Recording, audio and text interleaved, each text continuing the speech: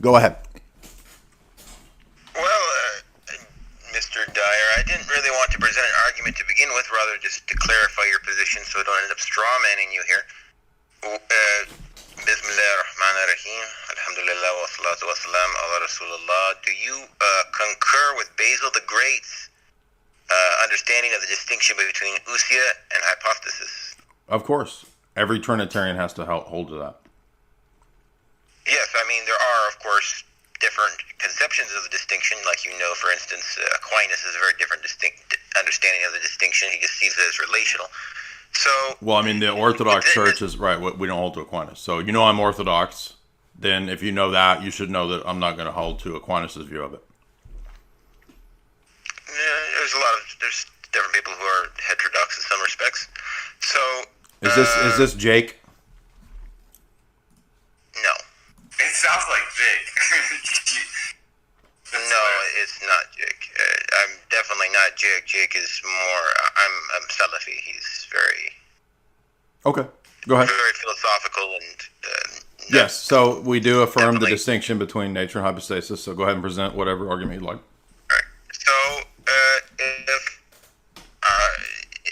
if I understand Basil correctly on this, the distinction between ousia and hypostasis is a distinction between the general and the particular. That's one aspect of it. It's not reducible to that. That's one aspect of it, yeah. This, from his letters, as far as I understand it, of itself is not what is the basis for Trinitarian monotheism. Rather, the unity of the energies is, because no, that's just one signifier. No. That's just one signifier of the unity. The unity is the person of the Father. The hypostasis of the Father is the arche, principle, and fount, and source of unity in the Godhead. Okay. But Basil says that the difference between the ousia and hypostasis is the difference between general and particular. It's part of it. It's not reducible to that. Well, can you explain what other elements are there? Well, there's different ways in which there's many in God. There's many persons. There's many energies. There are different roles in the way that God operates in creation and redemption. For example, the Father does not become incarnate. So there's different ways we speak of different distinctions in God, right? So not everything in God is reducible to one and many or to general and particular. Yes, there is a relationship between the general being the common nature that the three persons share, the particular being three particular individuated persons. But hypostasis is more than that. It's not just reducible to the general and the particular. So you have to look at the totality of Basil's works. You can't just look at Epistle 38 or a specific section and say, oh, he's only saying that hypostasis means that. Yeah, well, three men would have one nature and three hypostases. It's an analogy. It's an analogy to the created order. He says many times over that the similarity between creatures and God is not identical in the fact that creatures are distinct when they're three separate hypostases.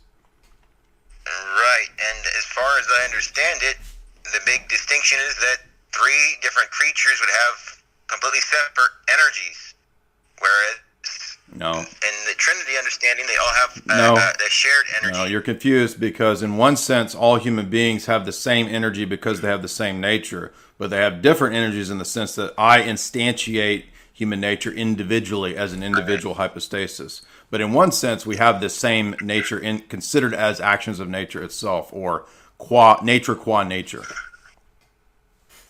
Okay, as far as I understand it, energies is not an element of it. It has nature as a basis, but energies are actions and attributes. So correct. If one man is 6 feet tall and another man is 5 feet tall, that's not an energy. That's not an energy. Is action proper to nature. Energy signifies what kind of nature. So if I build a house, that's an action proper to human nature. It signifies energy, the process of actually doing and building a house.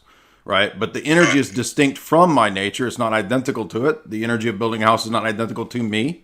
But there's an aspect of me in my energies. And so that's why we say the energies are personal. So the same way, for God, God's actions are proper to divinity. They signify the divine nature. They're not identical to the divine nature, but they signify who he is, and he's present in every one of his actions or energies. Now, I can bring up Basil's letter on this. But I've read all of Basil's letters. I'm not trying to be rude to you. I know what's in Basil's letters. I've read them all. I've read all of his works. They're in English. Then you know that he does have a letter where he explains the distinction between ousia and hypothesis. I just said letter 38 talks about it. Okay, so, and he says it's a difference between general and particular. And I just said it is that, and it's not reducible to that. Like, how do you not understand the distinction between admitting that yes, he talks about that? I've cited that on Twitter. I put it on Twitter a month ago that he says that. I'm well aware of it. Do you not understand what a reductionist move is? But, well, I'm sure that there are other elements of it too. I'm saying this is the main ones he lists, but I'm sure that there are others. But I'm saying all of these elements, if you weren't a monotheist, let's say, for example, if you had a different religion that believed in three gods, they would use the exact same terminology. They would say one ousia, three hypotheses. No, you're just misusing the quote because do you understand what analogical predication is? And your own Islamic tradition does the exact same thing, and then you turn around and say, "But you guys can't do it but we can do it." Well, you also accuse us of saying that Allah doesn't resemble creation when Dionysius the Areopagite says the same thing in your tradition. I don't know what you're talking about. He says in one sense he does resemble, which is the energies, in another sense he doesn't, which is the essence. So we have an essence-energy distinction. Your religion does not have that distinction. So I don't see how you can say, we're talking, in no sense. You consider attributes to be nature, right? Attributes are not nature. They are energies. Okay. So height, for example, would be an energy because no, it's not. What are you talking? You don't. That's an idiomata. That's a characteristic. Energy is action. Okay, you're talking about creatures having properties is not the same thing as an attribute. The way God has attributes. All you've done is confuse things that are proper to creatures with what we say about God, and it's the other way around. You can't say, for example, let me give you an example. So when the fathers talk about begotten, okay, everybody says, oh. Then you're saying God has a temporal succession of creating a son. And so there's two gods. But it's not, it's an analogy to the way that it's similar is in the fact that there's a shared nature between the Father and the Son. The way that it's dissimilar is that God's begetting is not temporal. It's not another God. It's a distinction of hypostases. So again, you're just you're trying to take the dissimilarities and make them similar. It's not. Do you know what? Do you know what univocal predication is? Doesn't make somebody else somebody's son, or else the spirit would be his son too by this logic. Okay, again, so you don't know what you're talking about. You're not listening to the point. Do you understand what an analogy is? Yes. So no, you don't, because your arguments are based on univocal predication. Well, obviously, I reject univocity of being myself, so no. By the way, your church also, your sect also rejects analogia. So you don't know anything about Allah because you don't have any analogical predication.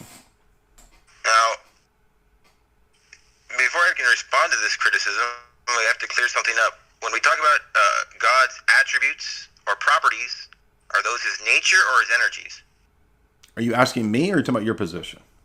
Yes, I mean your belief on this. Yeah, you're just taking features of creatures like height and thinking that God possesses those things. Like, we're not talking about creatures; we're talking about the Creator. Like, dude, that was your argument. You just gave this argument. You talked about height that creatures have. Yeah, of course, because I understand. That's not an attribute that the way that God has attributes. So you can't use that argument. Okay. It's a dumb argument. So I'm not using this argument. I'm just saying, do God's attributes fall under his qualities, his attributes fall under his nature or his energies? They are energies. I already told you this. Okay, so God's attributes are his energies. Correct. So then, okay. So what is the difference then? His nature is his essence then. It has nothing to do with his energies. No. There's a distinction between essence and energy. Peter says we become all right. So dude, what are you talking about? What is your argument?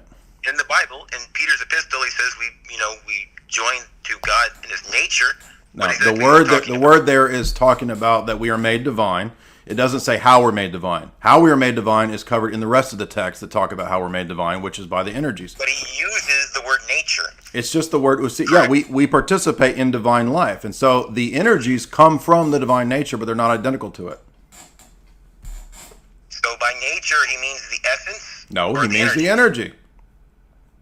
Okay, when you read the New Testament, properties, though, right? When we say nature, you mean, when you're talking about God and you say nature, you mean his qualities and properties, right? God doesn't have qualities. So I don't know where you're getting Like this. love, I mean. It's not a love quality. And that, There are not. love God has and no justice qualia. He and- has no accidents. Whichever term you prefer, would you say that is quality? Maybe then? you should learn That Peter learn here- about the theology before you try to come debate it, because I don't think you understand what we say. So can I tell you what we say first before you try to create Absolutely. a word trap Absolutely. here? So the energies of God are just simply God's manifestation of himself to creation, to the created order. They're not only manifested to the created order, because obviously he eternally possessed love, he eternally radiated glory. So they're not just created, but when we're speaking of them in terms of redemption, typically we're talking about his manifestation to creatures. So we would say God's actions, his attributes, even the logi, are types of energies. So there's different types of energies. Some are eternal, some relate only to the created order. But everything that we know about God is manifested to us energetically, all of them. Even the attributes, you can talk about attributes, but even the attributes ultimately are energetically revealed to us. So that's it. And the analogy that we make, listen, an analogy means there's an aspect of similarity and there's an aspect of dissimilarity, right? The similarity is limited. So when we talk about God's love, it's similar to human love. When we talk about God's energy, it's similar to the way that a man builds a house, right? A man takes his blueprints in his mind and he constructs the house according to what's proper to human energy. He puts his energy into that. The action and energy of building the house is distinct from the person themselves.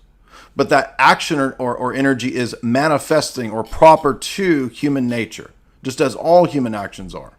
So we say there's a distinction between the action and the nature that produces that action, or the person that has the nature that produces that action. But that doesn't mean that it's a one-to-one correspondence, that everything that's true of the creature is then applied to God.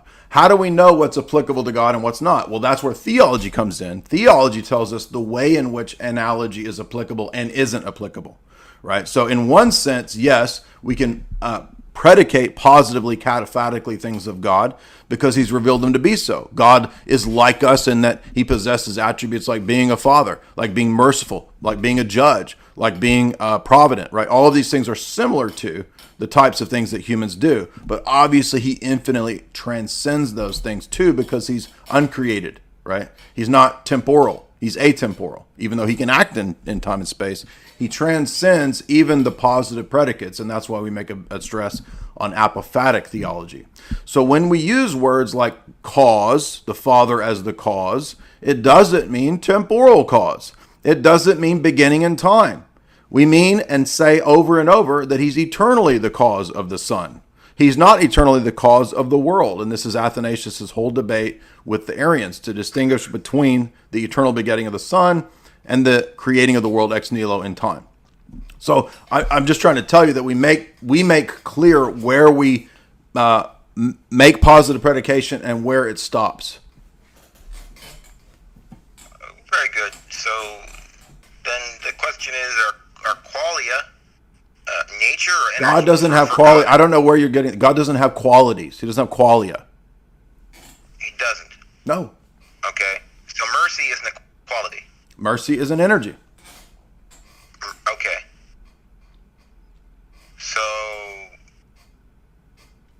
he's merciful would not be correct So to say can because it's a so your theology is literally ripped from a couple atomist and primitive Aristotelian sources.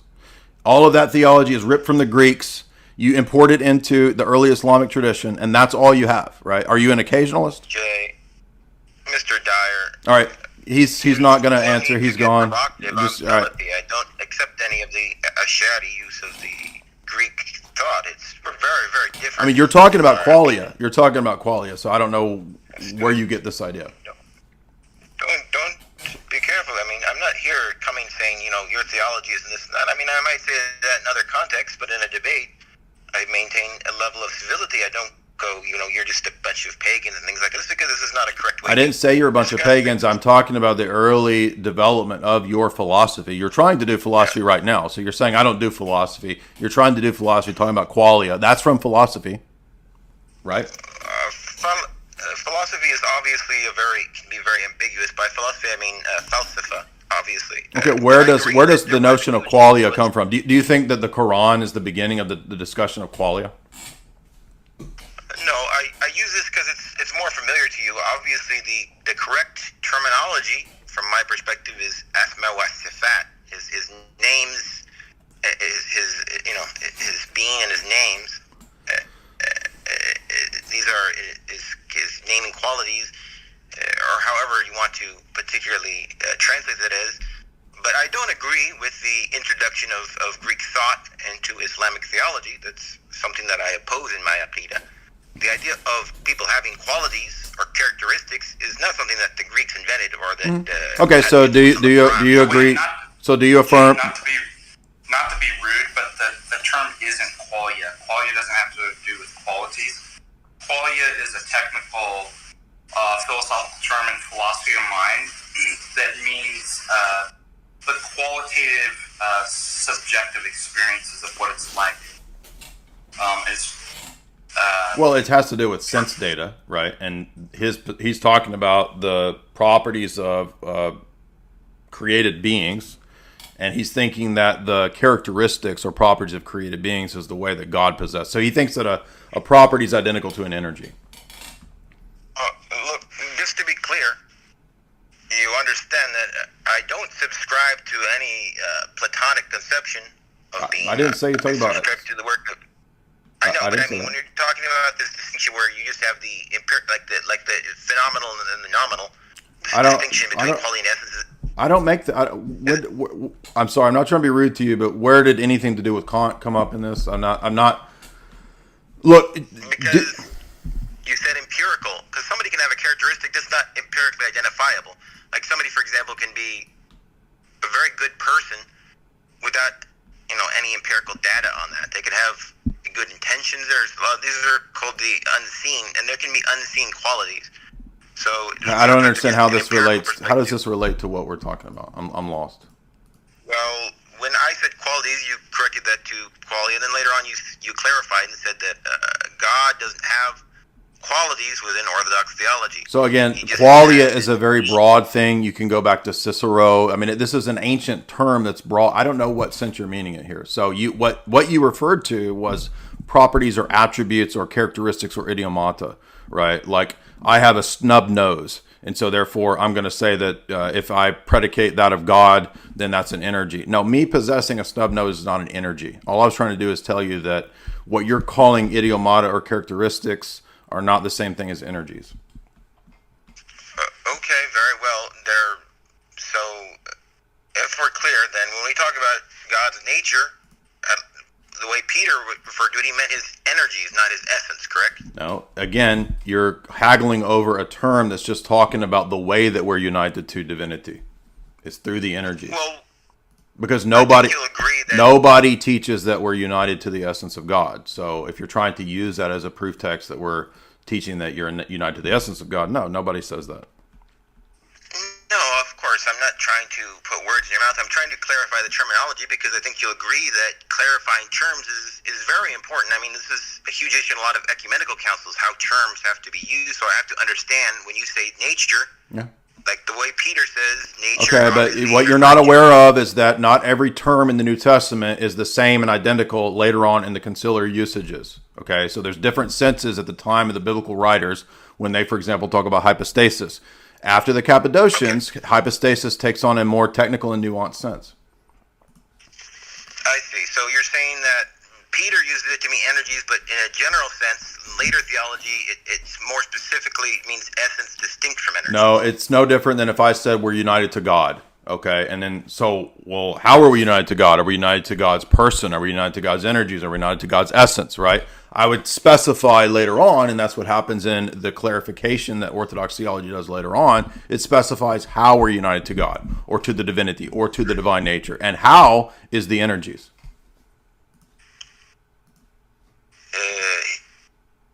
So let me tell you something. So first of all, listen. First of all, we don't believe the Bible contradicts, okay?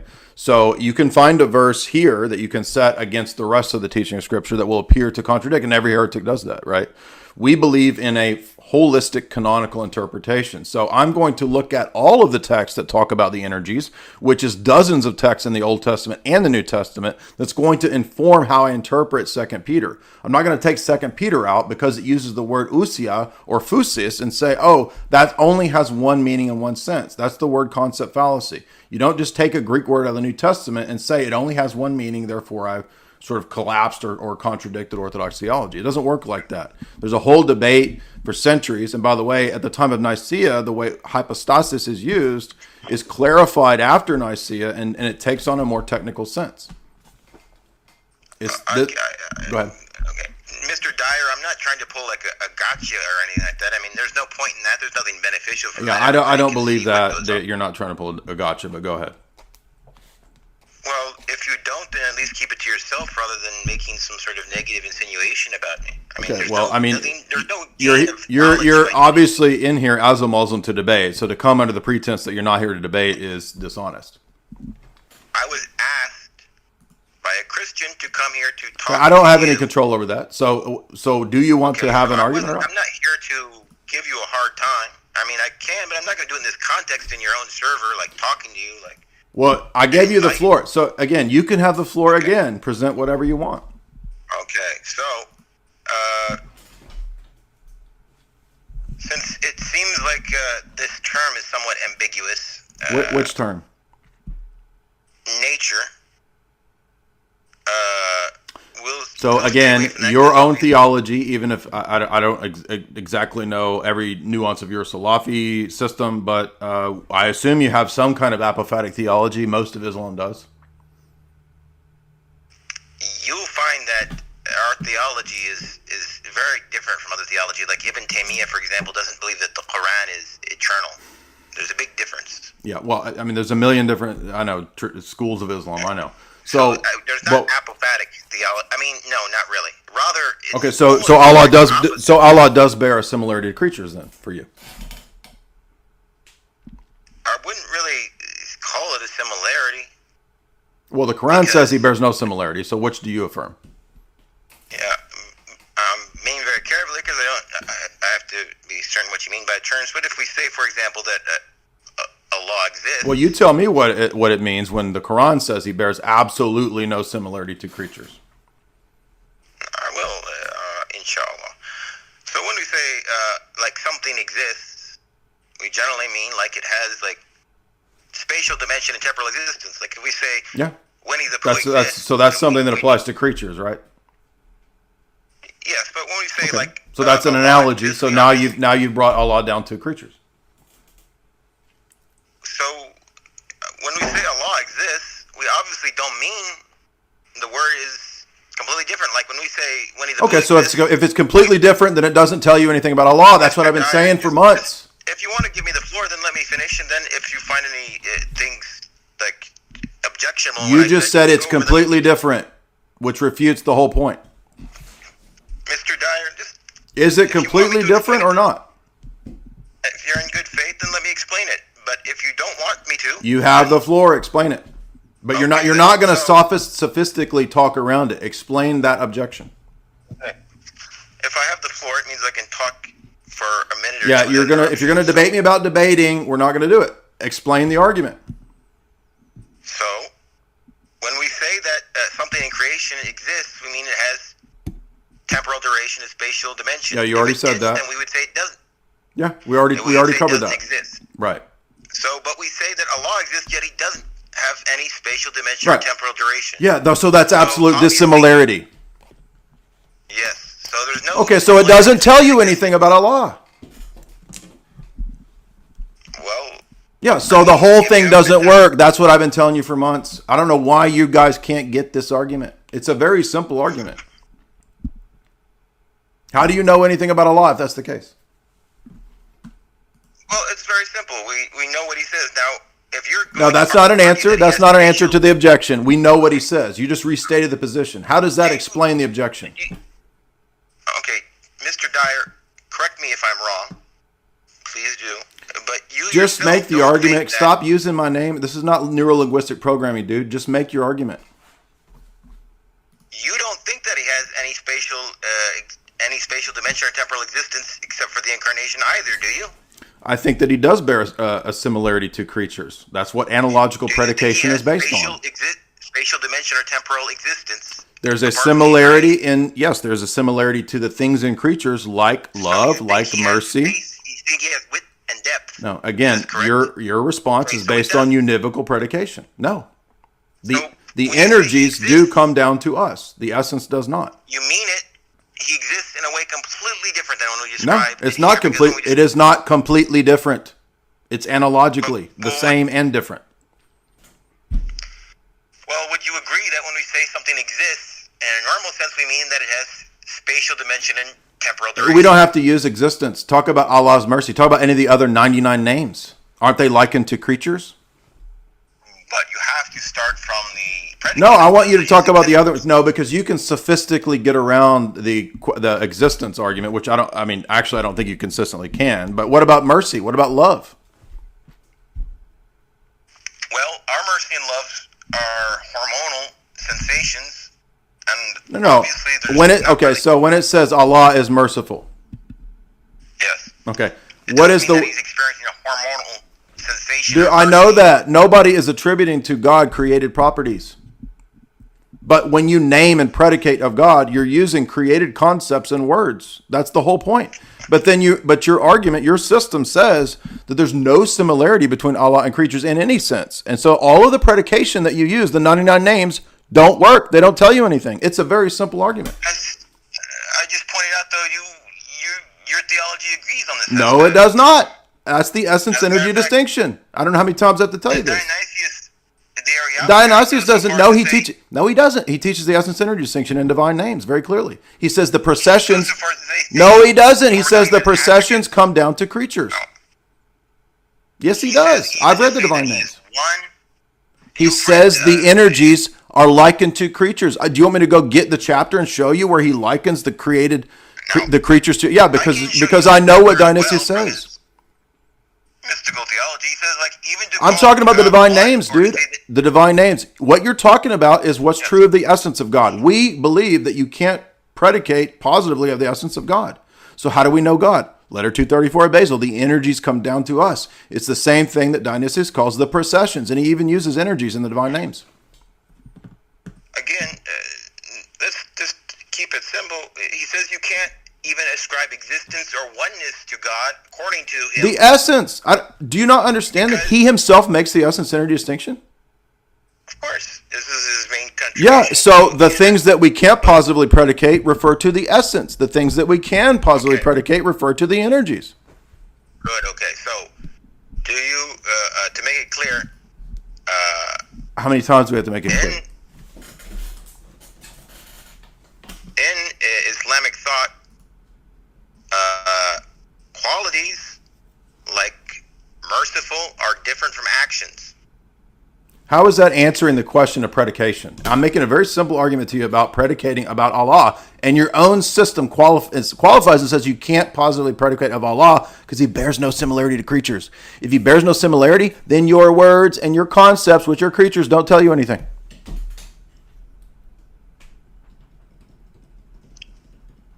Why don't you say it again? Okay, yeah, exactly. You're asking if... So you don't have an answer to that objection. You're just going to talk around it. Are actually, within Islamic theology, his acts, or his energies as they're called in Eastern Orthodox theology, are known to his creatures, obviously. Like if he destroys something, we can see that that's known to us. How do you know about Allah? You're just talking around the objection. How do you know about Allah in your system? We know him by his actions. But they're not anything like creatures, right, when you predicate about them? No, this is right. His quality. Yeah, exactly. Is the Quran a creature? No. The Quran is not a creature. So the book's not a creature. The Musaf is. Obviously, his words, if he says something, that's not a creature because it's an articulation with his voice. Okay, is his voice eternal and uncreated, or is it created? His voice is uncreated, but... wait a minute. So Muhammad's voice is uncreated? But when he articulates articulate something. Well, you just said Muhammad's voice is uncreated. So a creature's voice is uncreated. You said his, evidently referring All right, to no, Allah. you're done. So- No, you're done. No, I asked you specifically about when the Quran is revealed, when it becomes written down, when it becomes a book. Is that a creature? Is the book a creature, or is it uncreated? A Musaf, a writing of the Quran, is obviously a creature. Okay. There's no similarity between the creatures and the uncreated in your book. So you don't know anything about Allah. So you actually concur with Okay, this, though. we're done. You say the only thing you know is by No, I explained we don't concur with that. We don't deny analogy. You do. So we're not going to do that cycle again because he's trying to trap us. By the way, he said he wasn't going to come to trap us. He tried to trap us. I don't know how many times we have to tell him that we are saying two things. Analogical predication relates to the energies, not the essence. Nobody can possibly predicate of God's essence. Hence the essence energy distinction. His system does not have an essence energy distinction like our system. Hence why it's not a problem for us. And he's just going to keep repeating that same argument. And yes, like Sam Shamoon said, that guy's a waste of time.